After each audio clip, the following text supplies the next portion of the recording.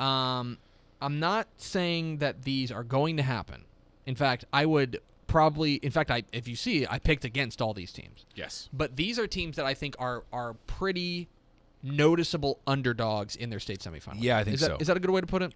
Yeah. I'm trying to say they're not. Look, at this point, every team is awesome. Yes. It is amazing if you have made it to this point. But some teams are just beasts. They are big favorites, not just in these games, but to win the title. We'll start with the big monster of them all. We'll start with Allen. All right. Okay? And Allen, in a game that's been moved up, is drawing Austin Westlake. Yeah. And the Dallas Morning News has a great article about Todd Dodge and about how he's a guy who's knocked Allen out a number of times with South Lake Carroll. This is an Austin Westlake team that you and I have talked about and we like a lot. We think Sam Ellinger, their quarterback, is a beast. Their defense has, at times, been fabulous. They've got the guy in Ellinger who can put on the cape, and go and win the game for you. But they're running headlong into a team with a 50 million game winning streak. And a team that is feeling it right now, a team with one of the most dominant defensive front sevens you will ever see in Texas high school football, a team with a monstrous offensive line, a team with tons of weapons. Simply put, they're going up against Goliath. Yeah. And I mean that both literally in that they are the biggest school in the state and figuratively in that they are the big looming giant that you have to get through to win a state title. Absolutely. So that would be I think that if Westlake were to beat Allen, that would definitely qualify as an upset. And as something you and I have talked about, I mean, Westlake can do this. Mm-hmm. Westlake they have one of the best quarterbacks in the state.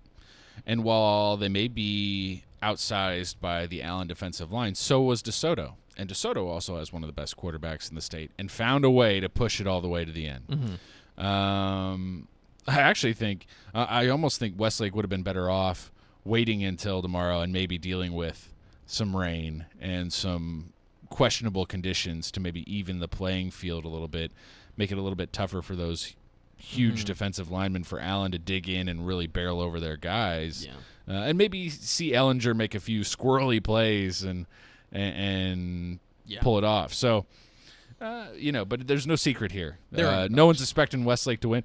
But the other thing you could say, Todd Dodge, uniquely qualified for beating Allen in history. Maybe. So, the second one is down in Class 5A, Cedar Park Vista Ridge.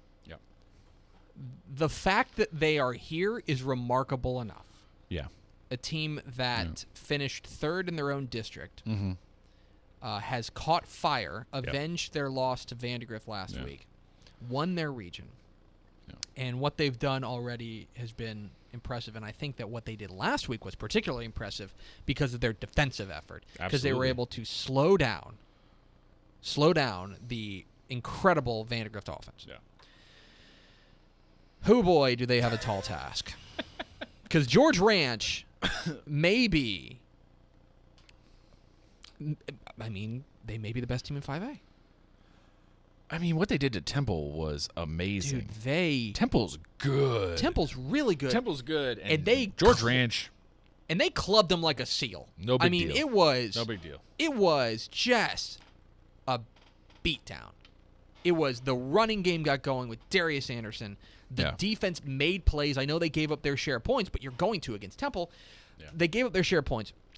I think that the defense for George Ranch has been so consistent all year long, and the running game is just the offensive line just pushes you around and pushes you around.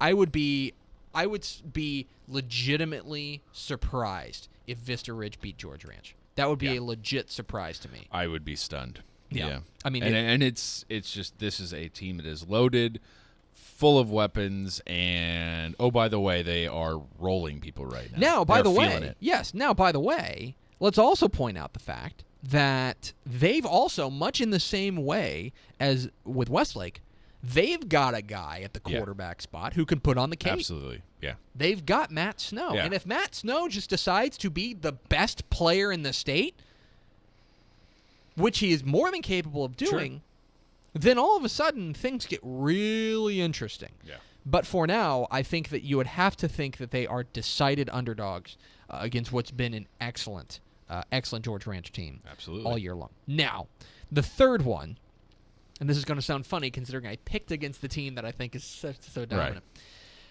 is Mathis. Yeah. Mathis is drawing 3-time defending champ Cameron Yeo this week. And this Mathis team, essentially this comes down to the fact that I think this is going to make some people mad. Mathis, the region that Mathis went through simply was not as difficult as the one that Cameron Yeo did. That's okay. You can't pick your region. No, you can't. And it's not necessarily it's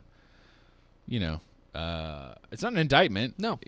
We're not mad at you for playing in that region, but that's the region you played in, and we're going to take those results with a grain of salt. I mean, here's who Yeo has gone through, okay?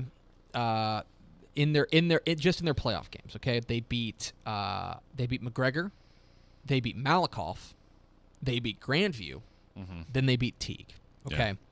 Mathis, on the other hand, beat San Diego, Edna, Goliad, and Hitchcock. Now, that Hitchcock team was pretty good, and it was rolling. And Goliad's a solid Goliad's not program, bad. Yeah. But when you compare and contrast these, I think that you have to look at Yeo as a pretty clear favorite in this one. Again, I'm going to come back to the fact that Mathis will have one distinct advantage in this one, and that is their offense. Yeah. That their slot T offense with their running back, Oscar Flores, is hard to stop. It's very hard to stop. It's hard to game plan for.